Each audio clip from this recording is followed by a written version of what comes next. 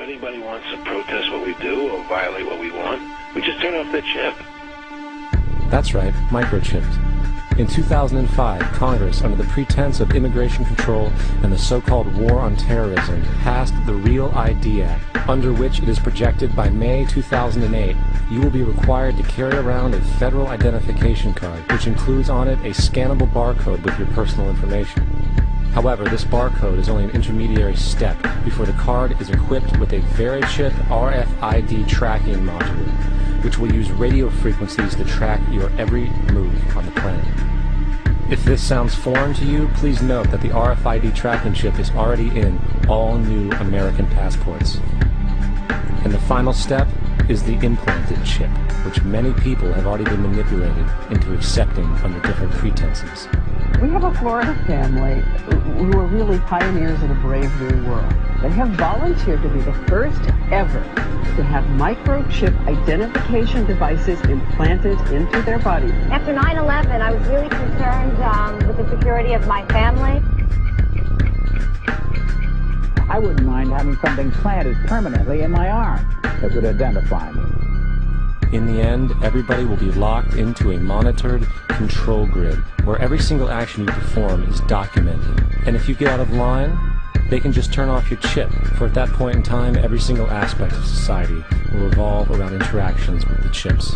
This is the picture that is painted for the future if you open your eyes to see it. A centralized one-world economy where everyone's moves and everyone's transactions are tracked and monitored, all rights removed.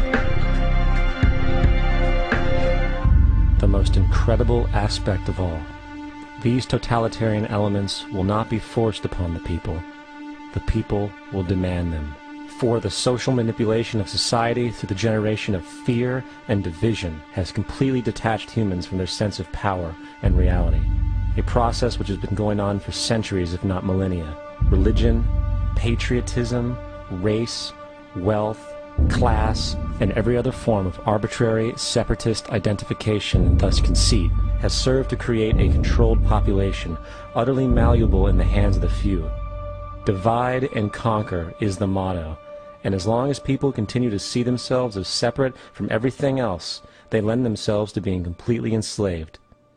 The men behind the curtain know this, and they also know that if people ever realize the truth of their relationship to nature and the truth of their personal power, the entire manufactured zeitgeist they prey upon will collapse like a house of cards.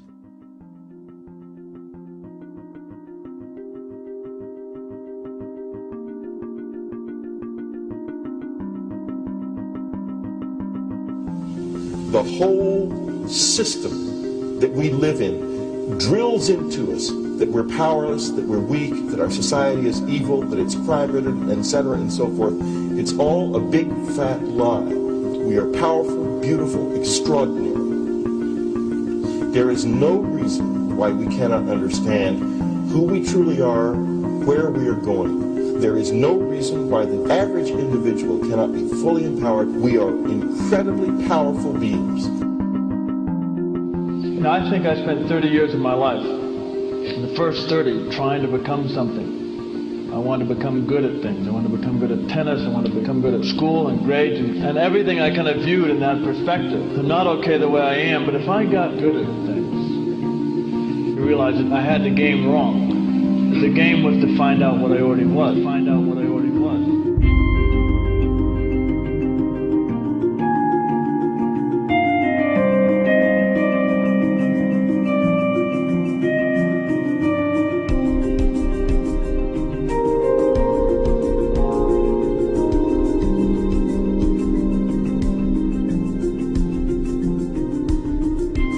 Now, in our culture, we've been trained for individual differences to stand out. So you look at each person, immediately it is brighter, dumber, older, younger, richer, poorer, and we make all these dimensional distinctions, put them in categories and treat them that way. And we get so that we only see others as separate from ourselves in the ways in which they're separate. And one of the dramatic characteristics of experience is being with another person and suddenly seeing the ways in which they are like you, not different from you, and experiencing the fact that which is essence in you and which is essence in me is indeed one. the understanding that there is no other. It is all one. And I wasn't born Richard Alpert, I was just born as a human being. And then I learned this whole business of who I am and whether I'm good or bad or achieving or not. All that's learned along the way.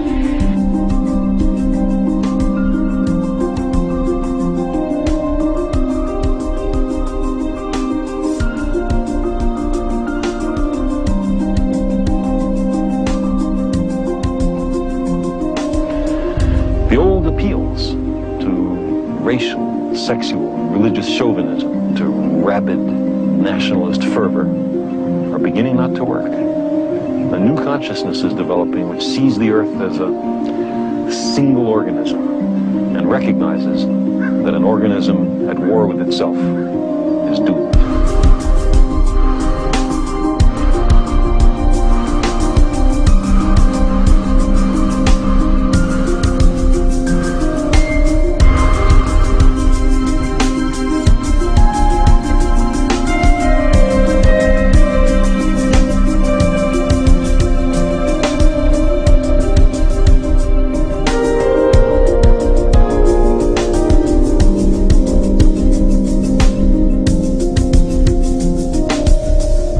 Bill Hicks used to finish his shows with this.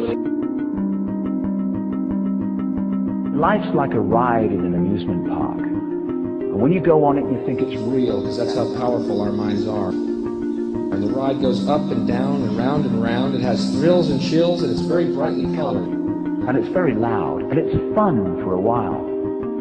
Some have been on the ride for a long time, and they begin to question, is this real, or is this just a ride? And other people have remembered, and they come back to us and they say, hey, don't worry. Don't be afraid ever.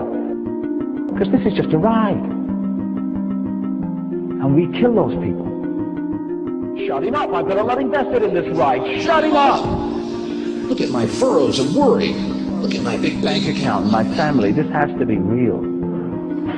It's just a ride. But we'll kill those good guys and try and tell us that. You ever notice that? And let the demons run amok? But it doesn't matter, because it's just a ride, and we can change it anytime we want.